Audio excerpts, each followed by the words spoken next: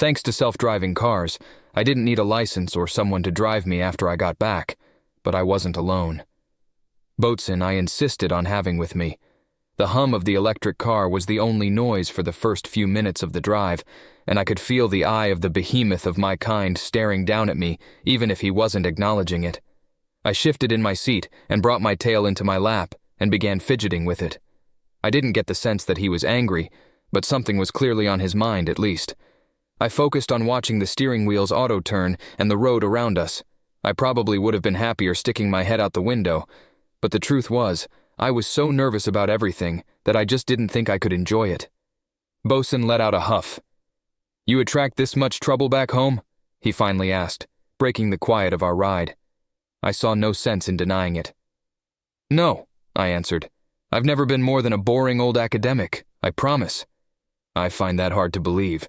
You know you're going to have to explain her too," he said. "I have nothing to do with that. There's no way I could have predicted a pirate fetishist would show up here. I didn't even know anyone like her existed."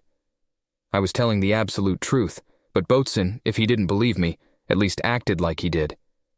"Even if that's true," he started to say, but I immediately interrupted. "It is!" I insisted. "You can't blame me for every half-crazed member of our species who shows up to visit these wild, scary primates." I admit, I was a little angry when I said it, and it gave him pause. "That may be true, but anything you do from here on out is going to be heavily scrutinized by the university, by the embassy, by your professor, and probably by the government of Dlamius. You got them involved.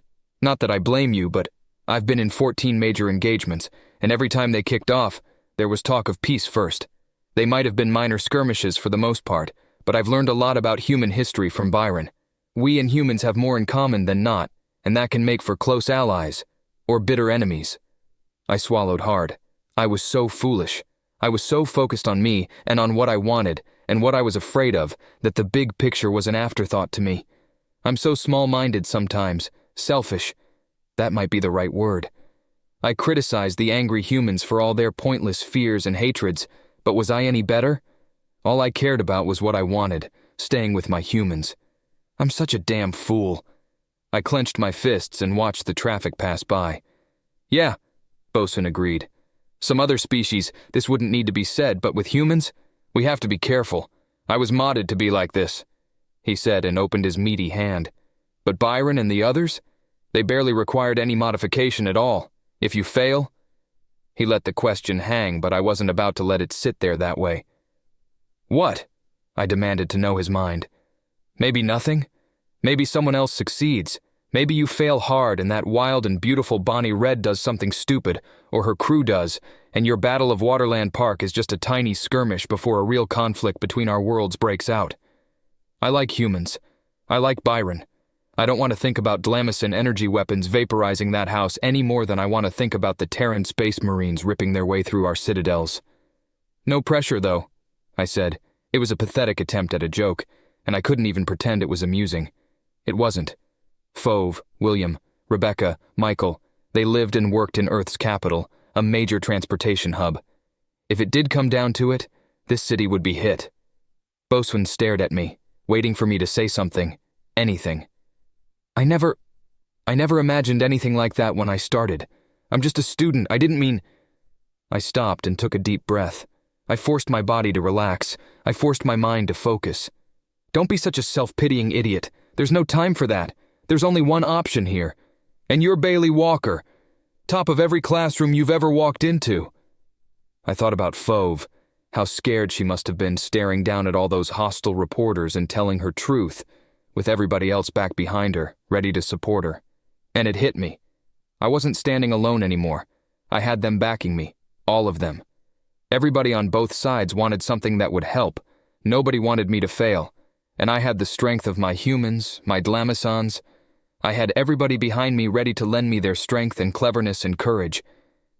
That was how she did it. The certainty that she was not completely alone, and neither was I. I raised my head and looked Bosun in the eye. "I won't fail. I understand what's on the line here, and I will succeed. Bonnie Red may seem... be the strangest of our kind that I've ever seen, but I will make it work with her and her crew. Nobody will suffer anything but some mild exhaustion. To be truthful, A promise like that wasn't one I should have been making. I think it shows how much humans have influenced me that I made a reckless promise of that scale. But it says something about Bosun, that he accepted it without complaint. Just then, we pulled into the parking lot of the sporting goods store. I expected something bigger. He said, "Humans love their sports." It was clearly something he approved of, from the way he stood and looked it over after we got out of the car. Oh, they used to have giant stores, but a few centuries ago they realized that bigger companies presented a danger to localized economies, driving out smaller businesses with low costs, buying them up, then raising prices again. To solve that, they took a page out of the Qatari and Philippine government playbooks. A company's total owned or leased land area was restricted to its area of incorporation, and selling in any physical location outside of that required that they form partnerships with locally owned companies and residents. "But don't they shop for delivery stuff a lot?" Boatson asked. "Couldn't they get around that just by selling over their network?" "Yes, and according to what I read, they did, so they started limiting the variety of goods any one online seller could market, and taxes increased on companies based on their sales. They could get around that by the partnerships that kept the local economies going, and having local stores serve as fulfillment agents and splitting the profit. Now?" I inclined my head toward the simple box-shaped store with the flashy sports posters on the front windows. "We're only going in because I have to make absolutely sure we have what we need for tomorrow." "Humph, clever, I guess," Bosun remarked offhandedly and followed me in. "So what did you need me for?" "You're the athletic one. We need to pick out the right tools for this. Footballs, tennis balls, they have lots of options for us to work with," I pointed out as soon as we entered the door. Both of us began to nearly salivate. It was one thing to say it, but there were aisles full of equipment. Our eyes homed in directly on the aisle filled with, well, I will just call them throwables. "Just stay calm," I cautioned Bosun as we made our way to the aisle. He did his best, but his tail threatened to knock over more than one display as he went from item to item and began to handle it. "Each of these has advantages," he remarked as he went from tennis ball to foam football to regular-sized football. "The thing is, each of them will be thrown somewhat differently. This," he picked up a frisbee, "will stay in the air a long way and probably curve some. Easy to see, relatively easy to catch." He then reluctantly set it down and picked up a baseball. "Straight ahead or lob, I guess, but it won't go as far. But I will bet someone like Byron can throw it fast." "So, what do you suggest?" I asked. "This." He pointed to the aisle. "Take a bunch of them. Remember the game at the park?" he asked. I put my hand on my head and groaned. "No, and I am never drinking again," I said. Bosun huffed. "Right. Well, since you don't remember much, it didn't take long for us to start coming up with different strategies. Adding more variety in throwables creates more strategic options." "Right. More thought requires better teamwork." I understood his meaning and I was on board with it immediately. "Let me get a cart. No, 2 carts. We need enough for everybody," I said, and he added, "I'll get 2 more, and some boxes to carry it all and to use in the game." Bosun's sudden enthusiasm would have been surprising if it weren't for 2 things. I knew how much fun he had, and he knew exactly what was at stake, and now so did I. I'm not quite sure what the clerk thought, watching a small and giant pair of aliens wheel 4 carts filled with various balls and frisbees out of the store, but I was a good enough judge of humans by now to say he was most definitely confused. But our credits were good, so out we went. Boatson had a series of crumpled boxes under one arm for later assembly while I handled the carts. It took 2 trips to get it all, but in the end we had enough material to prepare for a game. Maybe it was realizing how much was on the line. Maybe it was my own sense of renewed determination. But in spite of how fearful I was of everything going wrong, just seeing everything coming together was encouraging, even energizing. There is something magical about progress, when we get nowhere, when we're mired in our circumstances, emotions, frustrations, and nothing seems to change. It's easy to get lost in them, to just stay as things are even if they're unhappy or scary. At least they're familiar. That first step, that first act toward real success, is frighteningly hard to take. But then the first step is taken. Then another, and another, and another, and another, and before you know it, you're picking up speed and things are changing around you and everything is happening and you're the one doing it, and then when you look back, you wonder, how did I come so far? So it was for me, and I was happy. Happy in spite of my fears and terrors and worries, Bosun's warning provided fuel for my determination, and I was getting somewhere. And to think it all began with one ambitious student deciding humans would be a useful and easy way to make my mark on the legacy of my people. It was this mood that had me entering and unloading the boxes by the door and calling out Fauve's name. "She's not here!" William shouted from the kitchen. "She went with Teresa for some sort of assignment. She said it was important." "Oh," I said, and walked into the kitchen. The other 3 security guards were present at the table having lunch. I do regret not having the time to get to know them, but their shifts were such that I seldom even saw them. Still, they were welcome at the table, their big mouths stuffed with sandwich meat. They only nodded and kept chewing. "Do you know when she'll get back?" I asked. I was actually hoping to go to the park and burn off some energy. "No, but you left your datapad behind and it's been buzzing since you left, so you probably wouldn't be able to go anyway," he said, and pointed to my device on the table. Another buzz began, rattling the tablet as soon as he informed me. I snatched it up. I hadn't been gone that long. I opened it and found myself face to face with Bonnie Red, the red-furred ship captain. "Ahoy there!" she called out. Her face loomed so large I couldn't see all of it until she held it back. "You, matey, you ready to show me this game thing of yours? What's it called? Bully ball?" "Ballyball," I replied. She was loud and boisterous, and held the device back so I could see that she'd reduced her attire down to a pair of knee-length shorts. "Aye that," she exclaimed, and finger-banged her forefinger toward the screen. Her tongue lolled out of the side of her mouth, and there was a definite intensity to her amber eyes. "I don't know where the rum's gone to on this little blue dot of a world, but I'm willing to put it off for a wee bit if you'll bring me that lass with the throwing arm, and of course that little object she kept tossing around. The ball. What say you? I got my translator installed, and thankfully, with a wee bit of tweaking, it lets me talk right, or close to it." "Ah, Captain Bonnie Red," I interjected. "Just Bonnie, or Red, or just Captain, if you're feeling formal rather than neighborly. The full thing is a bigger mouthful than even you can swallow, lad," she interjected back. "Ah, right, Bonnie. The lass is out right now, doing some work of some sort. And by the way, you weren't really speaking properly before." I explained. "Your use of English was about 800 years behind, I think.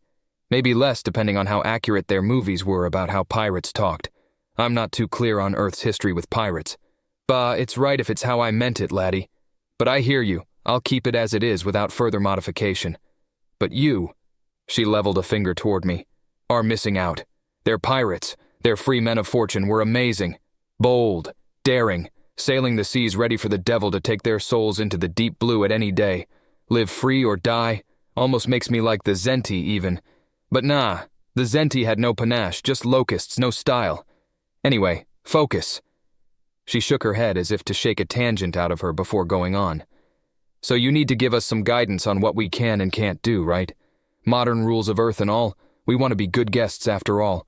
So let's get started now so that we can go out tomorrow." Bonnie was nodding with wild enthusiasm like she could barely contain her energy. "She's like a modded soldier," Bosun muttered while standing over my shoulder. "Aye, somebody's paying attention," Bonnie shouted, her ears pricking up. "I was with the fleet for a while and had some mods done, with the scouts and explorers. Didn't take, no sir, it did not. But it's probably why I'm a bit like this." She would have laughed if she'd been human. "Regardless, the briefing, lad. Give it here," she said, and moved aside to show that her crew was gathered and seated on a series of cheap metal chairs, obviously borrowed from the human embassy or the local military base. "I was supposed to do that tomorrow after—" I wanted to tell her it was a violation of protocol, that we had a specific schedule to keep, but I never got that far. "Nope, we're here now. We're ready now. I know we can't leave tonight since we've all got to go through med checks and that'll take all day, but I want us out on the town tomorrow as soon as possible. My sailors have been trekking the stars for 5 Delamia's years without a port call where we could stay for any length of time. We've got a fortune in credits to run through, and I won't have a minute taken up what don't need to be. You start now or we start without you. You hear me, laddie?" And I thought males like Bosun were outliers. I thought, and gave a steady nod. "Fine. Give me 5 minutes to get ready. You've got me projected enough for them all to see everything. We'll go over the basics of human customs, what not to do and what to do, but you have to promise no sneaking out tonight to go find—" "Whatever," I urged, "and you have to let me assign you some human escorts after the game. You don't want your crew getting lost and in trouble in a strange place after all you've gone through, do you? It was a stab in the dark for me to ask her that question. I was banking on the idea that she was an outlier in more ways than one, and the moment I saw her turn her head away from me to face her crew again, I knew my bet had paid off.